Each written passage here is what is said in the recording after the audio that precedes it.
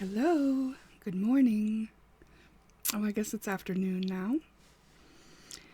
This was going to be the day that I started showing you my juice fasting, my juicing. But I realized I need to scrub my whole stove area. And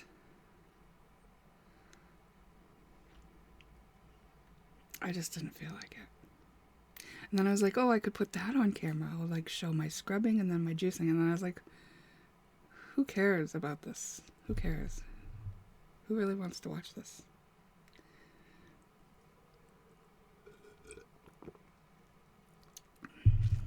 So instead, I did some jumping jacks, ran in place, made my tea, and sat down here to do my daily Swedish lesson. I'm learning Swedish. And as I began to form a sentence in my mind about what I could say in Swedish to you right now, I couldn't remember the first word. But it is going well. I feel very accomplished when I'm doing it. I am retaining, what I'm learning from day to day. I think I'm only on day 4 or something. I just cannot remember the word for I. Jog. Maybe jog. Jog.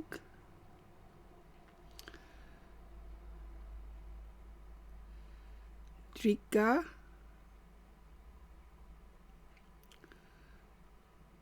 Dricka? Is that drinking? I'm drinking. Ja a drinking. Ja a dricka. Jog a dricka. And I haven't learned tea yet. I could call it water.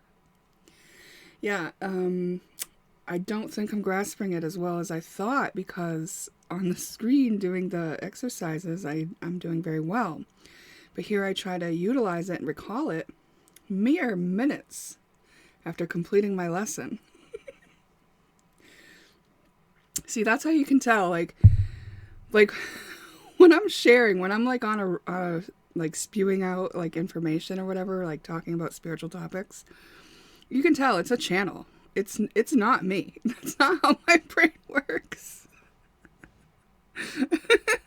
I just have to get out of the way, right? So I feel like learning the new language is helping my brain work more. Excuse me. And it's not that I don't, have an adept ability to use my mind in effective ways. Excuse me. I've worked rather hard to make it so that my mind is not at the forefront. At the beginning of this realization, I used to pride myself in multitasking, in knowing that I could use my brain in more than one way at a time, that I was pretty good at multitasking. And what I've learned since then is, first of all, pride is a cap. Pride is a limit. I don't need to have pride. I can just honor my process. Second of all, the way that my energy actually works is that I assimilate energy much better when I do have background noise. It's part of my design. And third, I realized that when we are in constant state of analysis, we are actually in the fourth dimension. So if we want to get out of the fourth dimension, we have to stop analyzing everything, right? You kind of just that's where you're surrendering into the unknown, right? That's why it's called a leap of faith, because you're going to have to stop figuring it out. It's not going to make sense to you. The higher realms are not going to make sense to you because you can't see them yet. It's literally like trying to look at something and figure it out while you're blindfolded. While you're doing that, you're not in the place that you're trying to figure out, right? So if you want to get there, you're going to have to stop doing that and take a leap. And it's worth it. It's worth it. So in that place, where are you taking your leap? You're leaping into your flow state, into your trust, right? Into this space where you know that the universe is orchestrating this. And kind of like what gives you that ability to leap is your courage. And the courage is kind of like this safety net.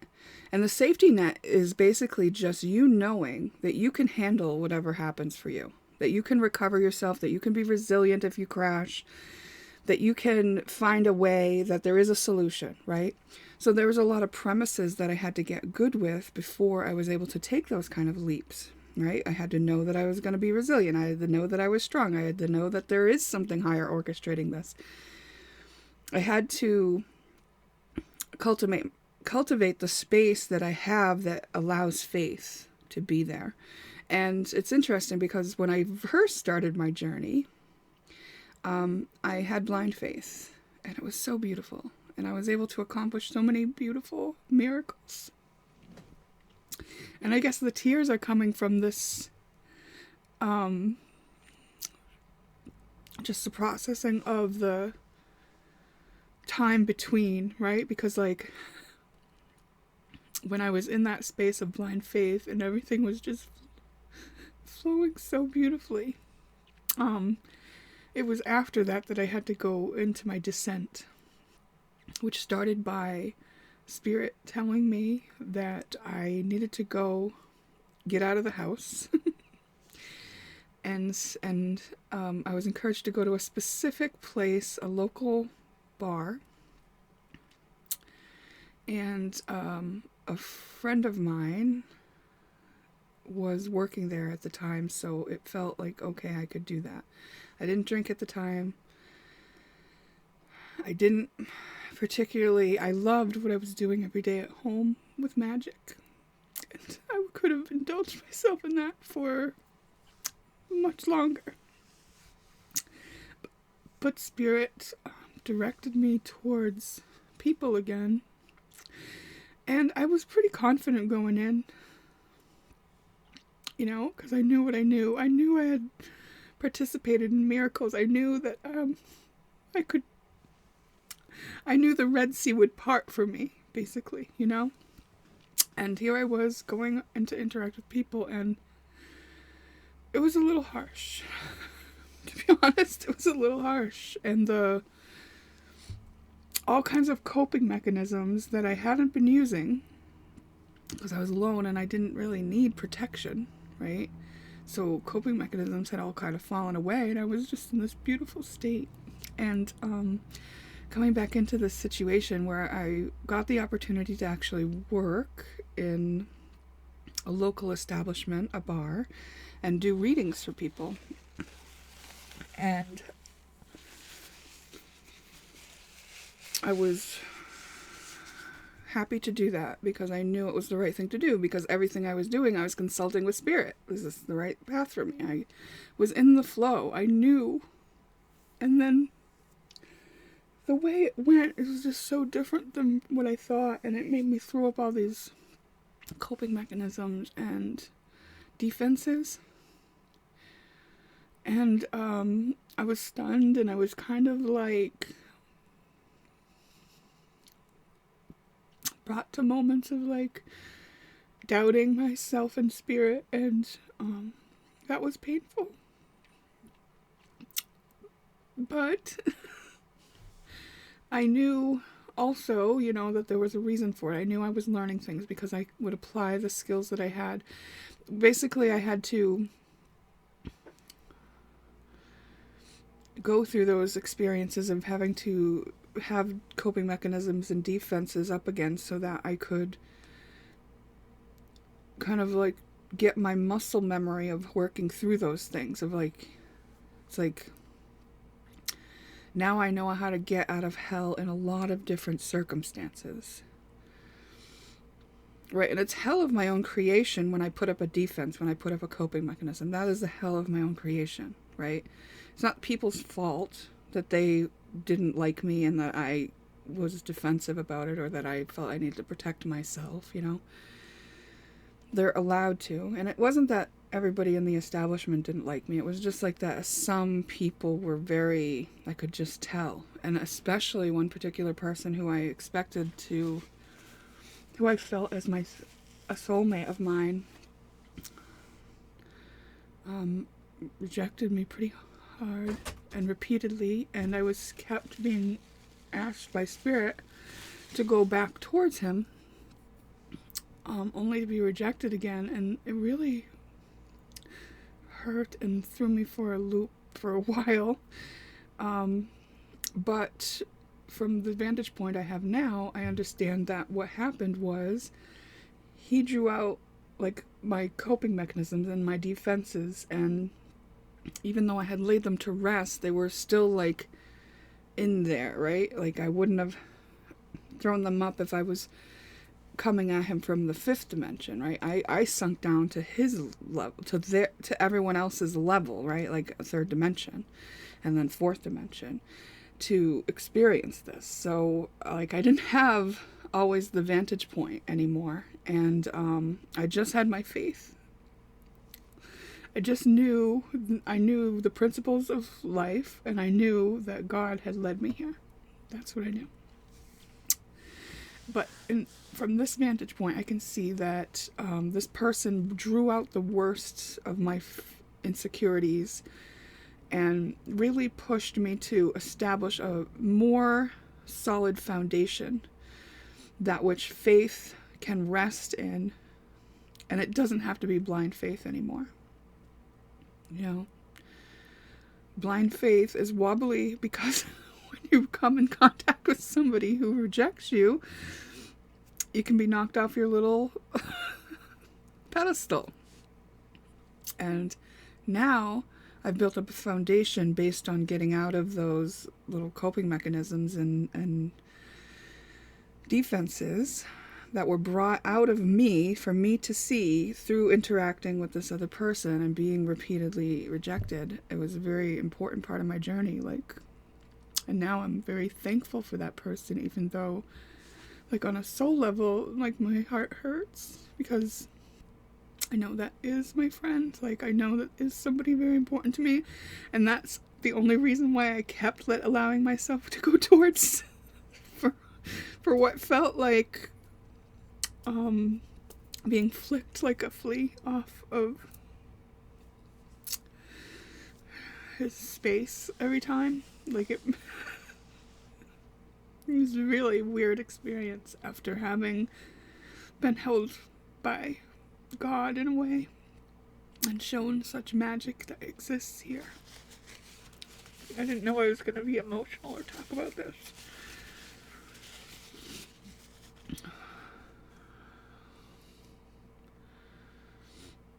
It's kind of like that story in the beginning about me needing to clean up and scrub things down before I put the camera on the space that I'll do juicing in.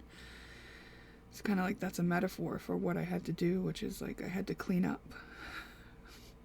I had to clean up the nitty-gritty stuff. And it's just over in my stove area. It's basically just that. I used to have a mouse infestation. And while I was battling that situation, I stuffed bags under the burners in my stove. And I don't use my stove. I have a platform on it, glass. But I stuffed plastic bags all around it and taped all kinds of barriers so that the mice couldn't get out of my counters. And that's all still there, and it looks ridiculous, And I just wouldn't, who... why would I put that on camera? And the mice have been gone for a while now, months, which is so relieving. But I haven't, changed it. So I'll need to do that. So it's I guess going into the underworld was kind of spiffing up the stuff I didn't want people to see. It's cleaning up the defenses that I had from a rough childhood, that I was able to rise above, but that I couldn't sustain being above when push came to shove, without creating a solid foundation, right? So that's what that's what God led me to. That's what the experience of going where I was led and being disillusioned was for. It was so that I could build a solid foundation and that I can't be shaken, that I can stand on my beliefs. Because it wasn't that I doubted my beliefs. I knew everything I knew, but I doubted myself. It was my own worth. It was like I doubted my ability to fit in. I doubted my ability to be likable and lovable and included. And it hurt really bad to be like poked in those places, you know, where I, like, even as a very young child, because I was in a lot of trauma at home, like constant fights and violence and stuff, I wasn't able to bond really with a lot of kids at school or anything like that. And I can remember, like, I was very isolated throughout all of school. So what's that, 12 years? Not being able to fit in with peers. And that was what was shown to me when I was asked by Spirit to go socialize again. I was shown that it was me, you know? It was my lack of self-confidence that made it impossible for me to hang in a group, you know? Because nothing's wrong with those people. It's not like they're terrible people or anything. You know, you just have to be able to hang even when you have a conflict or a scrape or a disagreement. You just have to be able to, you know, respect yourself enough to respect the other person and have discussions and, like, work through up to a place where you're mutually, you know, respectable. And I didn't have that. I would rather run away than that. I would rather run away than be vulnerable. I would rather run away than say that hurt my feelings.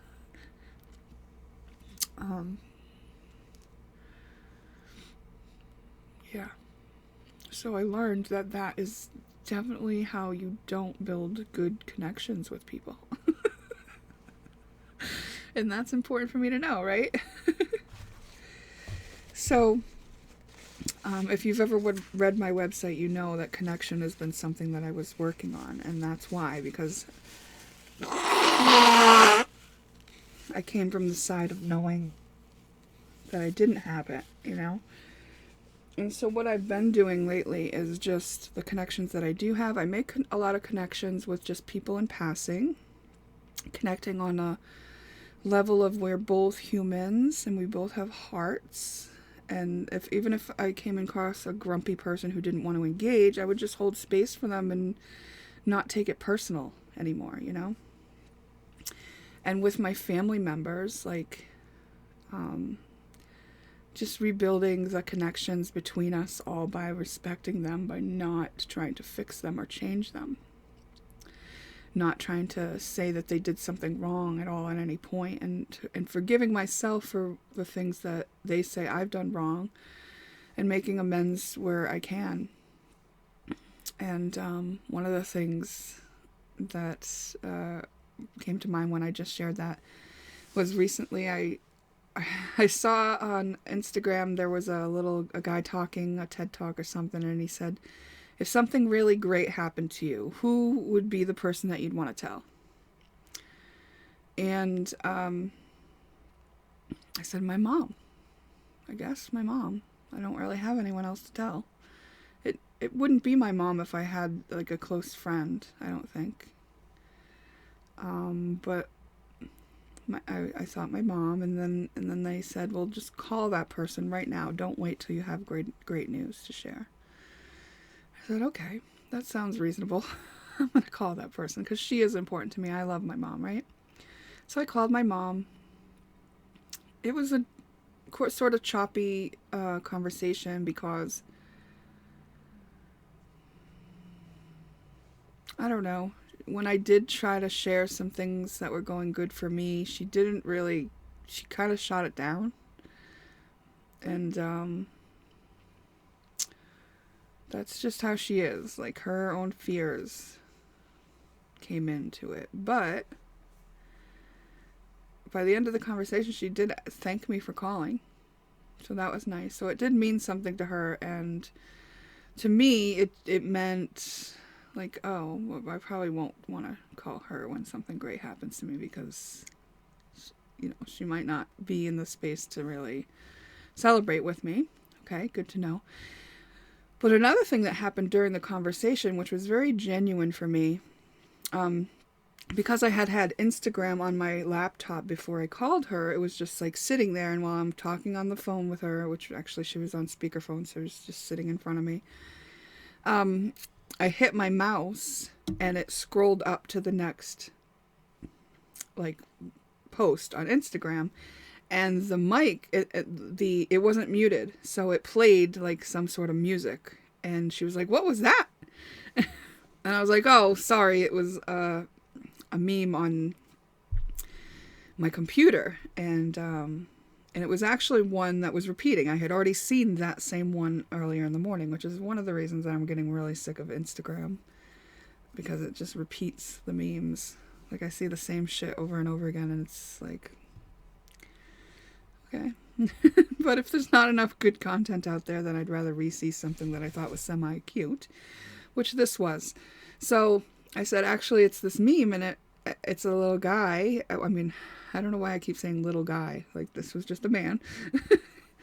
I said, it's a man coming in the house after picking up his kid from school. And he's got the kid's backpack and the kid's lunchbox.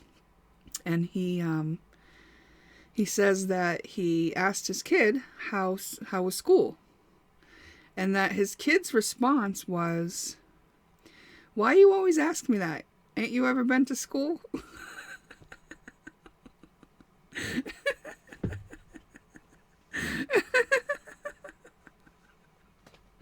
And my mom said, "Oh, that's cute." And I said, "Yeah, that is cute." I said, "Isn't it interesting? It's because it's like the parent is doing that out of care. Like, he's asking how the kid's day was out of care, and the kid totally misses it." And then I just thought in that moment when I said that to her, I said, "You know, Mom, I know that there have been times that I missed your care, and I didn't catch on that what you were doing was caring. And I'm really sorry for, you know, missing it on those times that you were caring, missing that you were caring." And she said, "Oh, thank you." So it's so true, right? Like, you know, my mom's just who she is. The fact that she can't celebrate something that's going really good for me when I share it, sure, there's a part of me that's sad, but also there's a part of me that understands completely that she's been living in survival and in fear.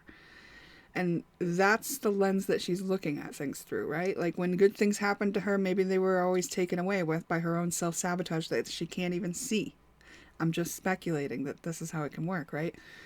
So if she's seeing through the lens of fear, you know, she's going to even see what I share through the lens of fear. So it's not, you know, like, poor me. It's just like, okay, adjust sales, right? I can't have expectations of other people based on what I'm sharing. I can't be attached to the outcome. My job is to self-care myself so that when something like that happens, I go, "Oh, oops." She just can't quite see how great this is for me.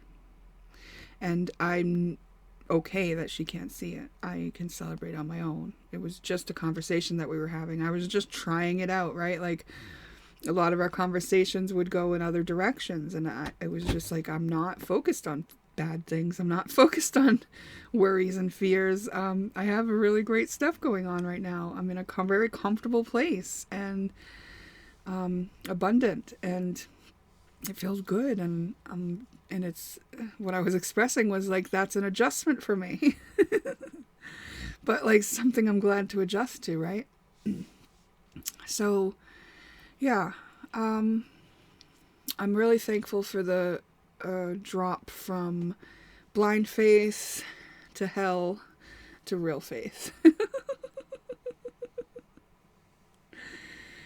Because I think that blind faith is a beautiful thing. Beautiful, beautiful, beautiful. It should be utilized for all that it's worth, and no one can take it from you unless God sends you into a dark place so that you can learn to build a solid foundation. But like experiencing that first made me know what I was working towards, right? Like know what's possible. Because when you're in hell, if you don't know what's possible and you're in hell, that's like a pretty tough place to be. Because then working your way out depends on a pipe dream in a way, right? It's like you don't have any proof that this could work out. You're just hoping. And hope will always cap you. It's just like pride. Hope will cap you. You have to get above hope. You have to get to the vibration where you just know. So if you don't know, if you're in hell and you don't know, I don't know how you're going to get out except for that courage to have a leap of faith, which you need either way. But doing the work, what's going to make you do the work if you don't know? I knew the whole time. I knew what I was missing by being in the lower realms. I knew. And that's why I worked so hard. That's why I worked every day, every minute. No, it was like a mindset shift, and until my mind could be in that. But there really was, like, sometimes I would have, like, I would say 3 days was the max without having to work through something. And that's for years. 5 years is since God sent me into the underworld. So it was confusing at times, you know, there wasn't always clarity. There was not always clarity. It was like, yeah, I remember those experiences. Yeah, I'm in this experience and, I don't know why. You know, there were moments like that. I can't make sense of it, you know. And then like to know that my analytical mind could get me lost in that, right? If I just went around in circles with what I already know, analyzing and thinking about it, then that is going to just keep me stuck. So if I noticed myself doing that, the next step would be to surrender. Like, oh, shit. I'm running myself in circles in analysis, which is the 4th dimension. I want to be in the 5th dimension, or higher. Like, I want to be up there where I have the vantage point that's most beneficial to me in my life. So I'm going to have to surrender this little, like, fight that I've got going on and go back to trust and go back to going, all right, I'm ready to receive some insight. I'm ready to be prompted intuitively into some inspiration which will help me out of this stuck place. And that was basically the process of building the foundation, because as I did each of those steps that it takes to get out of the whatever cycle I was in, whatever loop I was experiencing at the time, I learned all the skills that I actually do have, and I got really good at using them. And I became more and more clear, so I got more and more able to interpret very subtle energy. Because I knew that's what I was doing. I knew it was all energy, and thinking of it in terms of energy, and thinking of it in terms of like imagining like I'm in a loop. Okay, I got to get out of this loop. I've been running around in this loop for a while. All right, I got to change something in this equation. All right, if my loop has been perpetuated by my own thinking and overthinking, I'm going to be stopping that. Okay, now we're just like right here. Now maybe I'll ask God, or I'll look for some other outside influence. Hold on, I'll check this call. So that call was potential spam. And what it made me realize is that, you know, part of that process also included a lot of distractions, right? So there'll be people pulling you in directions, and, you know, and even all that can give you insights into self. What are motivations? What are coping mechanisms? What's being activated? What's being reflected back to me in my reality that can assist me to know, you know, what this is. So surrendering and going to the higher up is very helpful, because like that is something that can actually inspire you to see a choice where there wasn't one before, right? Because when you're overthinking with the same information that you've always had, nothing new's coming in, there's nothing that will allow you to see the choices that you have. But a new piece of information can do that, and that will not be seen or even asked for if we're busy in the rat race kind of thing. So, I learned of my resilience, I learned of my strength, I learned of my ability to alchemize. I learned of my abilities to read subtle energy patterns. I learned of my abilities to see deeply into other people. I learned of my abilities to understand how to dissect the psyche. I learned of my ability to understand psychology, and also to stand firmly in my own self-esteem and my own value and my own worth, and understand that, like, even if people wrong me, I still love those people. Like when you have this vantage point of the higher, bigger view, you see that people are acting from their own wounds and their own defenses, just like I was. How can you hate a person for that? How can you judge a person for that? And meanwhile, by the way, you wouldn't be holding on to judge or hate if you're in the higher vantage point, because you would be anchored down where they're at if you did. You would never see the higher vantage point if you hold on to those judgments, if so it's like once you're up there and you see it all clearly, the natural byproduct of that is compassion for fellow humans who are learning in their own process, who are figuring things out, who are experiencing loops, and who sometimes act in ways that reflect that they don't have a clear understanding of the bigger picture.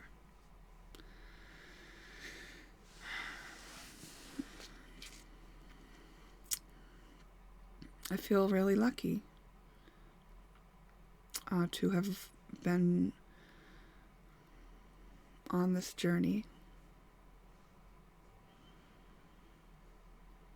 And there's no grudges here, there's no like holding on to anything anyone did to wrong me. There's no like beratement of self. There's no grudges against myself. Even when I see another person and they are grumpy towards me or towards life in general, and they're not open to me, giving them assistance in any way, I'm sending them love from my heart. I'm offering them a download that they can take if they want. It's their free will and choice, but like I'm putting it there. And that's just a love pocket. And it's just there. And because I'm holding space for anyone to come out of suffering, because I know it's possible, right? When they're meant to, they will find their way. And it feels good. It feels right to offer them a roadmap energetically. If somebody's asking me for help actively, that's a wonderful thing, because I have great tools to share. And I have a desire to help others. So now we get to look at some of the systems that are built on a lot of our misunderstandings here in society. And what we see is that, while we've been working on ourselves, God has been working on the whole system. Like we were the ones supporting the system. And since we are gaining higher standards for ourselves, the systems are going to be upgrading too, right? And you can see our whole younger generation who doesn't like the systems that we've had are ready to rebuild with us. So it's a really beautiful thing. I'm excited for what's to come. And I feel well prepared. I feel like my journey has prepared me well. And I guess this video is more like just a statement and a share of my own perspective and my own experience. So yours might differ, and no one's experience is better or worse or more important or less important. I truly believe that everyone's unique perspective being shared is a beautiful thing, because the more of the puzzle that we see, the better we can serve everybody, right? Like, because when I do something now, I'm doing it from what's in the highest good of all. For instance, yesterday I needed to go fill some water jugs at the spring, and our local spring has been very busy, with a lot of people utilizing it, which is wonderful, because spring water is really good for you. It's living water, right? It's not put through the systems where they bottle water and they add certain things and, take certain things out. You can just taste the difference in spring water. It's living water. So anyway, it's a wonderful thing that a lot of people are utilizing it, right? But it also means that usually if you go there, you're going to have to wait, your turn. And many times I actually embrace that, and I'll get out of my car to speak, or to be open to speaking to anyone who wants to have a conversation while we're at the watering hole. And I've had great conversations. I've met people who became my clients. I've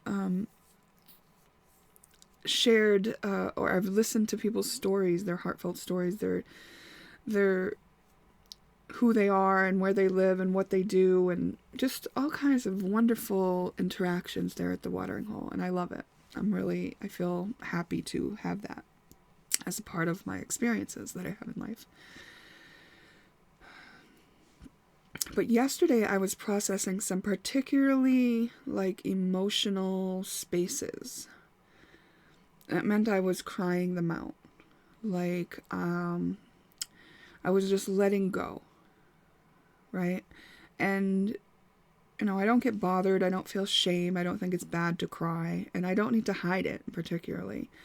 But I also didn't really want to, I was in a space of mourning in a way, as I let things go. And so to do that, I wanted to kind of just I didn't want to have a conversation. I just wanted to be with me. But I did need water. I literally did need it. I was almost out. And my particular water at my house, I cannot drink. It has a bacteria in it that is said to not get people sick, but may have gotten me sick before. And the alternative is that they treat the well with chlorine, and I do not want them to do that. So I've just sort of used that water to just bathe, and brush my teeth. And everything else, cooking, drinking, I get the spring water. So I really need to get the spring water. And I said to the universe and God, God, I want to go to the water spring. And God had known, because I had put it off from the day before. And I just didn't have the energy to do it the day before. I was processing through some heavy stuff. And when it was time to go, I felt the clearing to go. I felt like it was time to go. And I said, God, if it's in the highest good of all, could I just arrive at the water spring and there'll be no one there, and then I can just take my time filling all these water jugs? Because not only did I have my water jugs, but I also had my son's water jugs, because he moved out of the area a few months ago, and he misses the spring water. He knows the spring water is really good, and so I've been giving him water when I go, and I have a bunch of jugs to fill for him. So I knew I would be there a while. And I knew that also that if God needed me to have a conversation with somebody, because it was in the highest good of all, that I was open to that as well. But I would just prefer to not. So I went to the water spring and there was nobody there. And I was filling the jugs and I was so thankful. I was just thanking God. Thank you, thank you, thank you. I just so appreciate this. I just kind of needed this today and I just appreciate it a lot.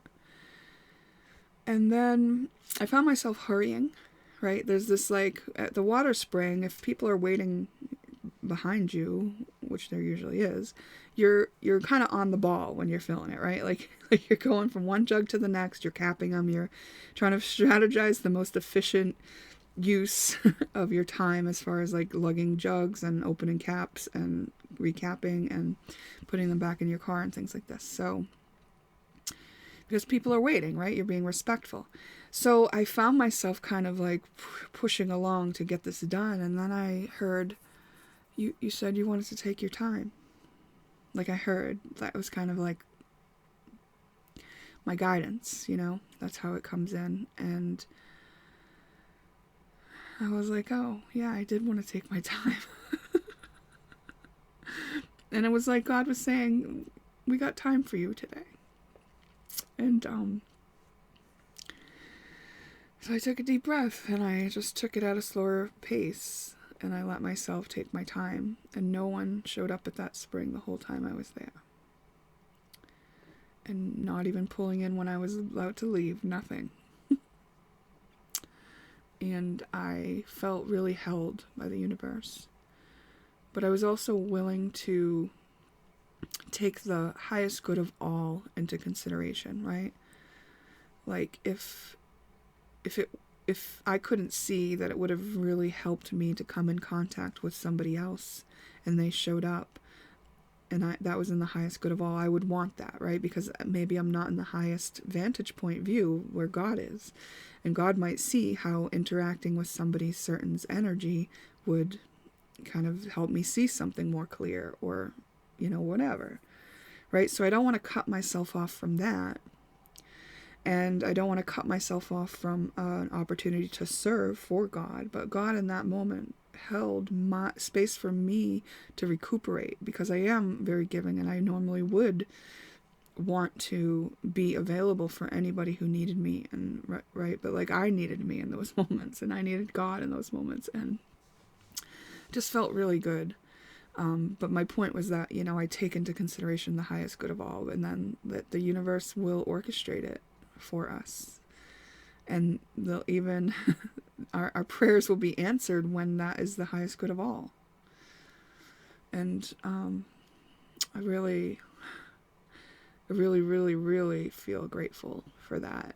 Not because it would have been terrible or anything to come in contact with somebody. I'm sure they would have been perfectly nice. Just, I didn't feel like it. I just wanted to be alone, you know? And I was allowed to be, and I got back home without having seen anyone, and stress-free, by the way, because my vehicle is now fully legal, inspected, and in perfect condition.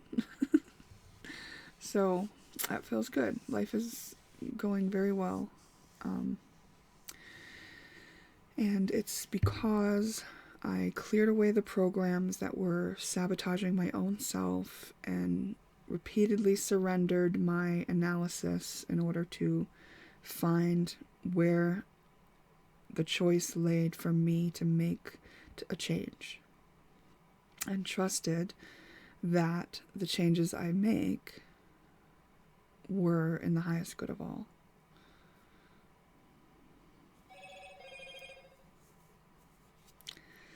And with that said, it's exactly 1 p.m.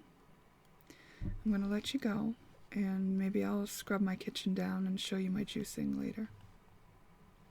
Maybe not.